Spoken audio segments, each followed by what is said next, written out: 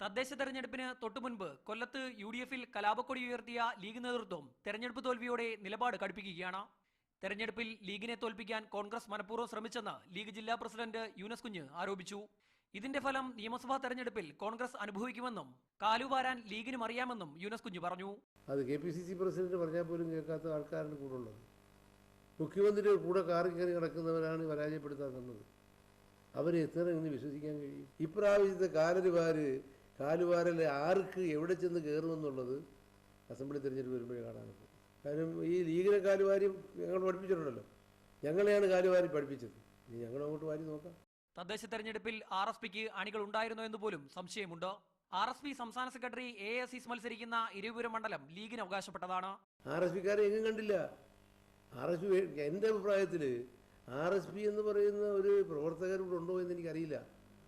ഉണ്ടെങ്കിൽ വേണ്ടേ? ഈ തെരഞ്ഞെടുപ്പ് കാലത്തല്ലേ വരണ്ടേ? പ്രത്യേകിച്ച് ഇനി പാർലമെന്റിലും MP-യും അവരുടെ പാർട്ടിക്കാരാകുമ്പോൾ അവർ മുമ്പ് നീക്കട്ടെ. ഇരവിപുരം പിടിച്ചെടുക്കാനാണ് RSP തീരുമാനിച്ചിരിക്കുന്നതെങ്കിൽ അത് മുന്നണിയിൽ പ്രശ്നങ്ങൾ ഉണ്ടാക്കുമെന്ന മുന്നറിയിപ്പും യൂനസ് കുഞ്ഞ് നൽകി. മീഡിയ 1 കൊല്ലം.